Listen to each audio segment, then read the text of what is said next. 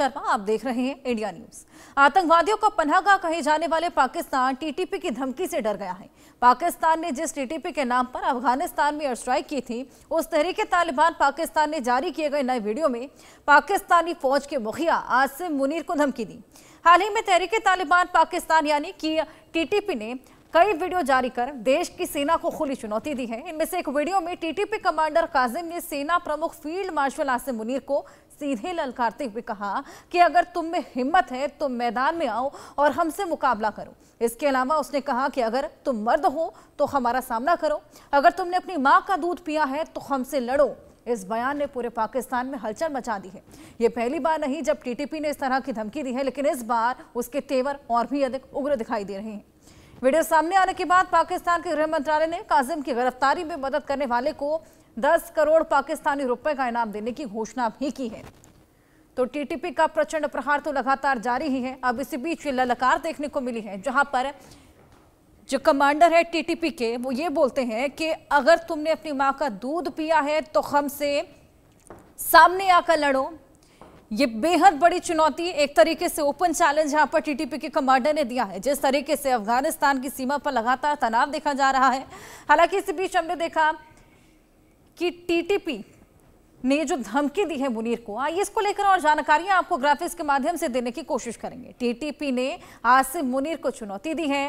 TTP के commander है काजिम, जिन्होंने मुनीर को खुला चैलेंज दे डाला है। क्या कुछ कहा है ये भी आपको बताएंगे, ये ग्राफिक्स के माध्यम से आपको समझाएं। टीटीपी ने आसिम मुनीर को खुली चुनौती दी है, एक बेहद बड़ी धमकी दी है, ओपन चैलेंज दिया है यहाँ पर।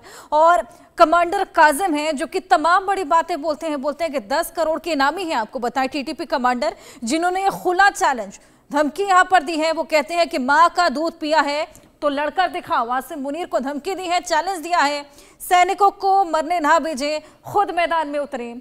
और इसके अलावा वो कहते हैं कि हिम्मत है तो कोहट आकर मुनीर दिखाए। उसके बाद ये धमकी जो दी गई है, टीटीपी ने मुनीर पर निर्दोष लोगों की हत्या करने का आरोप लगाया है। हालांकि हमने देखा कि टीटीपी भी लगातार हमलावर नजर आ रही है।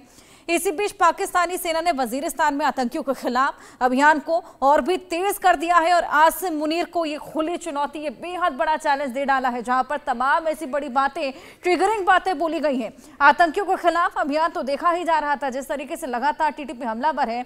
आए दिन हम देखते हैं कि जिस तरीके से आए दिन यहाँ पर अटैक्स देखे जाते हैं। आइए इसको लेकर और बातचीत करेंगे। हमारे साथ हमारे दो बेहद खास मेहमान जुड़ गए हैं, उनसे इस पूरे मामले को लेकर और बातचीत करेंगे।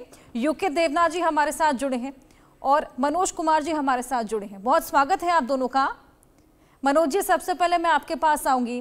जिस तरीके से हमले लगातार देखे जा रहे थे, टीटीपी लगातार हमलावर था और पाकिस्तानी सैनिक हम देख रहे हैं आए दिन खदेड़े जाते हैं, लेकिन अब देखिए मुनीर को तो यहाँ पर रियलाइजेशन हुई नहीं कि वहाँ पर लगातार पाकिस्तान सेना खदेड़ी जा रही है, लेकिन टीटीपी के कमांडर को हो गई, तो उन्होंने खुली चुनौती आसिम मुनीर को दे दी है। क्या लगता है इसको लेकर जवाब भी देते हुए नजर आएंगे? मैदान में उतरना तो दूर की बात। देखिए हर्षा जी, सबसे पहले तो मैं कहना चाहूंगा कि जो टीटीपी है वो बेसिकली 2007 में उसको बनाया गया था और उसको बनाने में नो डाउट पाकिस्तान का एक बहुत बड़ी भूमिका थी। और उस समय आप समझ सकती हैं कि उसका मेन जो एजेंडा था इस्लामी शरिया को वहां स्थापित करना था।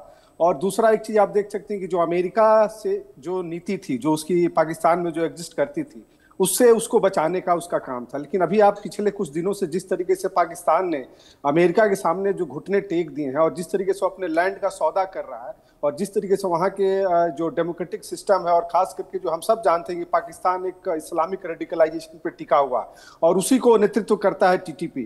अब जिस तरीके से वो तालिबान के साथ वो जोड़ के देख रहा है और तालिबान ने 2021 में जिस तरीके से तालिबान सत्ता में आए और अमेरिका को जिस तरीके से वहां से भगाया और उस भगाने के बाद वो तालिबान बदल चुका है। वो एक लोकतांत्रिक प्रक्रिया अपना के वहां पे डेवलपमेंट करना चाहता है, काम करना चाहता है और इन सारी नीतियों को विरोध कर रहा, क्योंकि इस बेल्ट में आप देख लीजिए चाइना का इंटरफेरेंस बहुत ज्यादा वहां पे था और उसी को कंटेन करने के लिए अमेरिका जो अपना एयर बेस है जो अफगानिस्तान में लेने का प्रयास कर रहा है और उसी को ध्यान में रख के इसके पीछे एक बहुत बड़ी कॉन्स्पिरेसी थियरी है कि किस तरीके से पाकिस्तान में जो जिस तरीके से इमरान खान को जेल में डाला गया है, जिस तरीके से वहां के लोग निकल के आ रहे हैं, तो ये एक इंटरनल कन्फ्लिक्ट वहां पे है।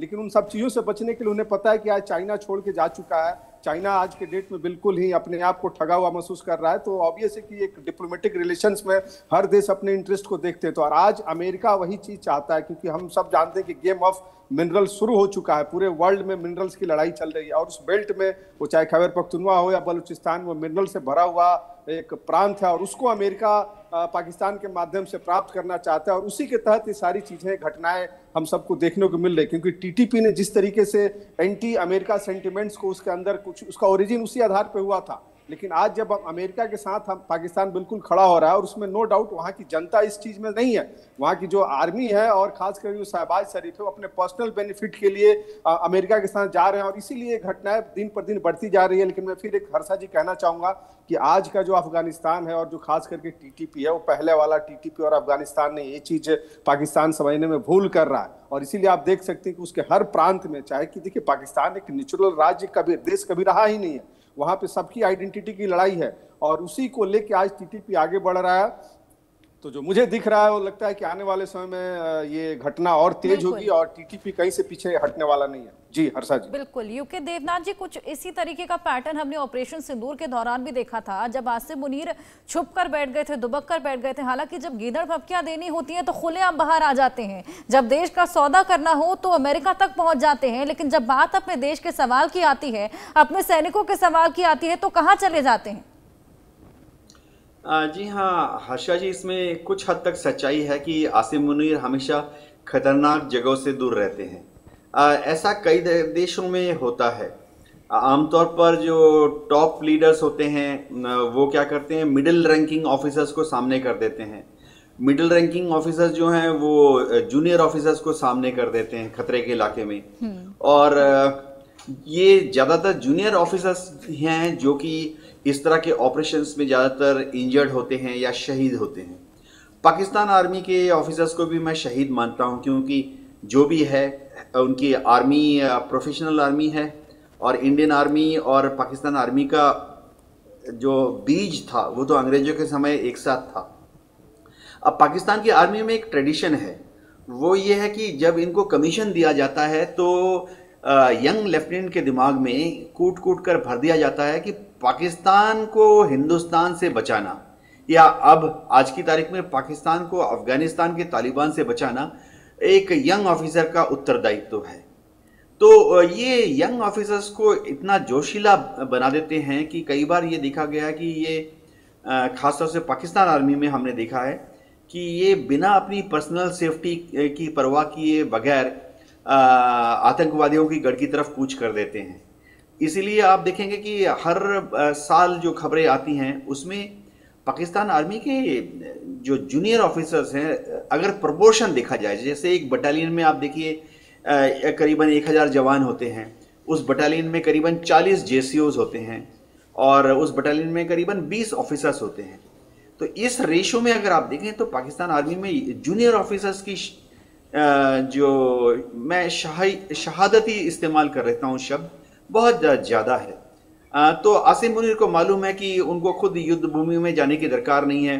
उनके जो मिडिल रैंकिंग ऑफिसर्स हैं, कर्नल, ब्रिगेडियर्स या जूनियर ऑफिसर्स हैं, लेफ्टिनेंट, कैप्टन, मेजर, वही काफ़ी होंगे आतंकवादियों से लड़ने के लिए।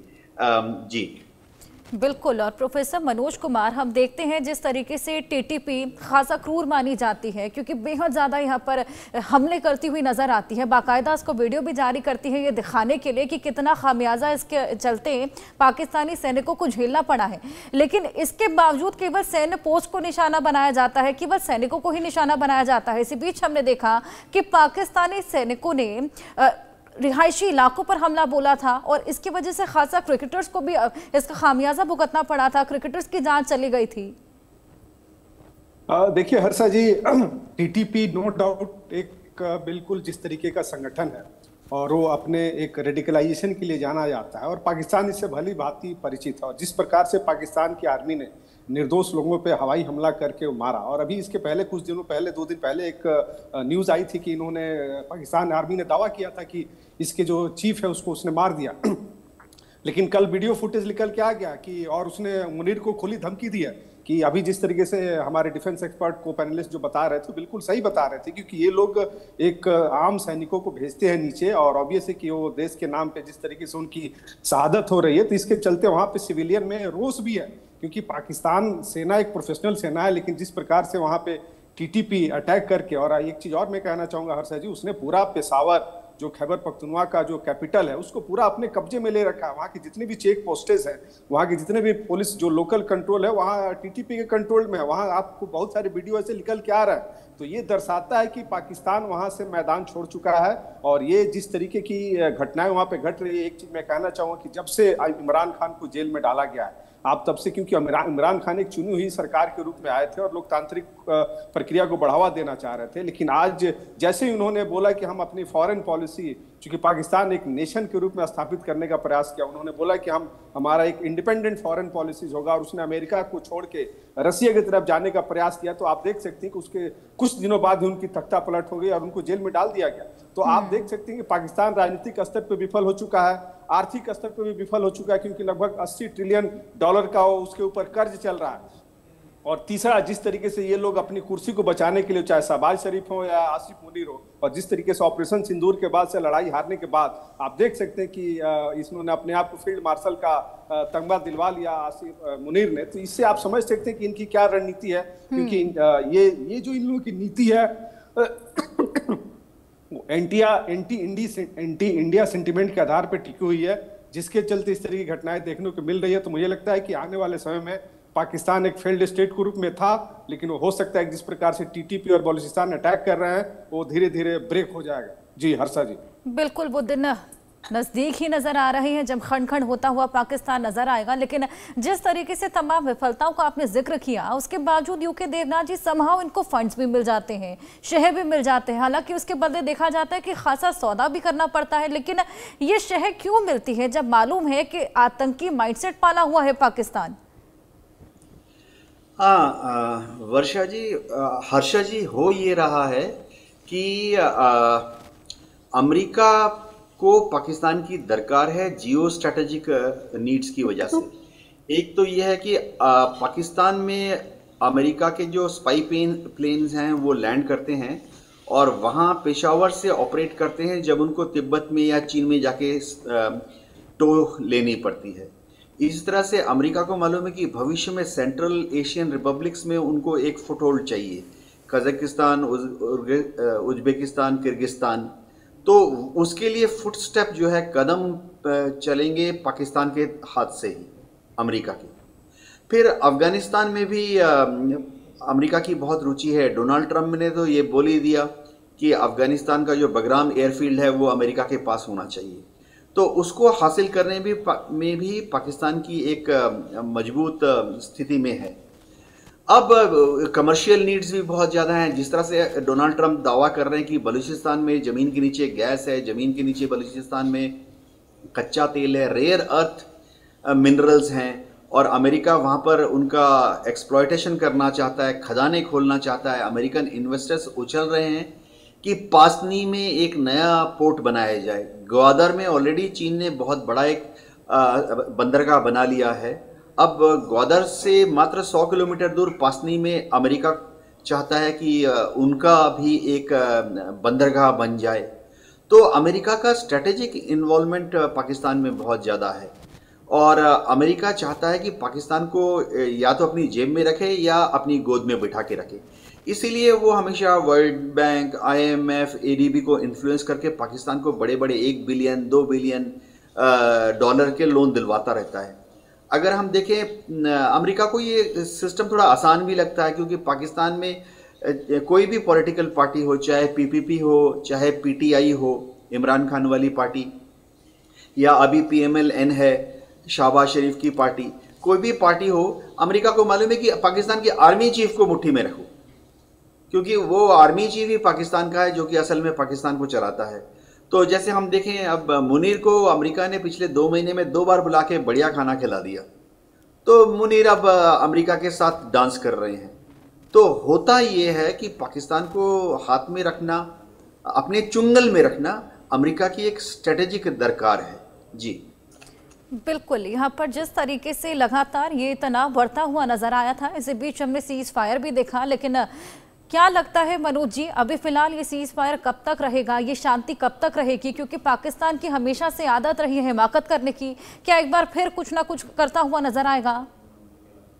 देखिए हर्षा जी, ये जो सीज फायर है वो सिर्फ पेपर का एक डॉक्यूमेंट है, और जिस प्रकार से अमेरिका का इंटरवेन करता है सीज फायर को लेकर हम सब देख रहे हैं। अभी इसके पहले सऊदी अरब को या पाकिस्तान का जो एलआई बनाया, मुझे लगता है कि वो कहीं ना कहीं एक तरीके का सिर्फ पेपर पे उसका एक दिखावा था। आप देख सकते हैं गाजा और इजराइल में भी जिस तरीके का अमेरिका ने रोल प्ले किया, वो भी एक दिखावा है, और कभी भी वहां पे युद्ध शुरू हो सकता है। अब इस बेल्ट में भी आप देख सकते हैं कि जिस तरीके से ऑपरेशन सिंदूर के बाद से भारत ने पाकिस्तान को घुटने में बैठाया, उसको भी क्रेडिट लेने के लिए ट्रंप ने जिस प्रकार का एक षड्यंत्र रचा, वो धीरे धीरे एक्सपोज हो गया। और आप समझ सकते हैं कि इसका सीज फायर का क्या औचित्य है। तो ये चीज हमें समझना होगा कि अमेरिका ने हमेशा से जहां जहां वर्ल्ड में चुनी हुई सरकार है, जो लोकतांत्रिक प्रक्रिया से आए हैं, उस सबको डिसमेंटल करता है, उनको डिस्ट्रॉय करता है, और अपने फायदे के लिए वहां का एक डमी गवर्नमेंट बनाता है। और उसी का ये खामियाजा आज साउथ एशिया रीजन में, चाहे बांग्लादेश हो या पाकिस्तान हो या अफगानिस्तान हो, यहाँ पे देखने को मिल रहा है। इवन नेपाल को भी आप जोड़ के देख सकते हैं, क्योंकि अभी हमारे देवनाथ जी ने जिस तरीके से बताया कि अमेरिका पूरे वर्ल्ड को जिस तरीके से बेस के द्वारा कंट्रोल करता है, लगभग 8-9 उसके बेस है, और हर एरिया में वो चाहता है कि हम किस तरीके से अपने हेजेमनी को बनाए रखें। और उसी के तहत आज जिस प्रकार से वहां पे जो बेस है, बगराम बेस है, उसको लेने के लिए अमेरिका पाकिस्तान के माध्यम से अफगानिस्तान के ऊपर अटैक करना चाहता है, और चाइना और ईरान और खास करके भारत को कंट्रोल करने के लिए प्रयास कर रहा है। तो मुझे लगता है कि ये जो इसकी जो रणनीति है, अमेरिका पूरी तरीके से वर्ल्ड पॉलिटिक्स के सामने एक तरीके से एक्सपोज हो चुका है, और हर देश इसको समझ रहे हैं। आप देख सकते हैं कि वहां पे अमेरिका में भी जिस तरीके से ट्रंप का विरोध हो रहा है, वहां के लोग लगभग आप देख सकते हैं कि 28-27 राज्यों में उसके अगेंस्ट में प्रोटेस्ट हो रहा है। और इससे आप अंदाजा लगा सकते हैं जो उनकी अर्थव्यवस्था है, जो 30 ट्रिलियन की इकोनॉमी है, और लगभग जो 7 ट्रिलियन इकोनॉमी उनका डिफिसिट चल रहा है, और डे बाई डे बढ़ते जा रहा है। तो ये हम समझ सकते हैं कि जिस प्रकार का ये जो नीति है, क्योंकि ये जो बेल्ट है, वो चाहे गल्फ का एरिया हो या मिडिल ईस्ट का एरिया हो, क्योंकि हम सब जानते हैं कि डॉलर के दम पे टिका हुआ है। और आज जिस तरीके से डॉलर और डी डॉलराइजेशन के लिए पूरे वर्ल्ड इकट्ठे हो रहे हैं, उसमें आप भारत को इग्नोर नहीं कर सकते हैं, क्योंकि भारत ने जिस तरीके से अपनी कूटनीति और सॉफ्ट पॉलिसीज के माध्यम से विदेश नीति में जिस तरीके से एक अपना परचम लहराया, जिसके चलते कहीं ना कहीं आज अमेरिका एक्सपोज हो चुका है। आप देख सकते हैं कि चाइना को भी उसने धमकी दिया, लेकिन आज चाइना के सामने वो टैरिफ वाला, अगर आप देख लीजिए तुलनात्मक अध्ययन की, तो सबसे ज्यादा चाइना वहां से रसिया से तेल लेता है। तो मुझे लगता है कि ये जो पूरा वर्ल्ड पॉलिटिक्स से एक तरीके से नया ऑर्डर ले रहा है, और उसमें अमेरिका एक्सपोज हो रहा है, और इसीलिए पाकिस्तान और खास करके अफगानिस्तान के बीच में जो कॉन्फ्लिक्ट हमको देखने को खास मित्र बताता हुआ भी नजर आ रहा है लगातार। खैर, अब देखना होगा आगे क्या होता है। जो खुला चैलेंज यहाँ पर दिया गया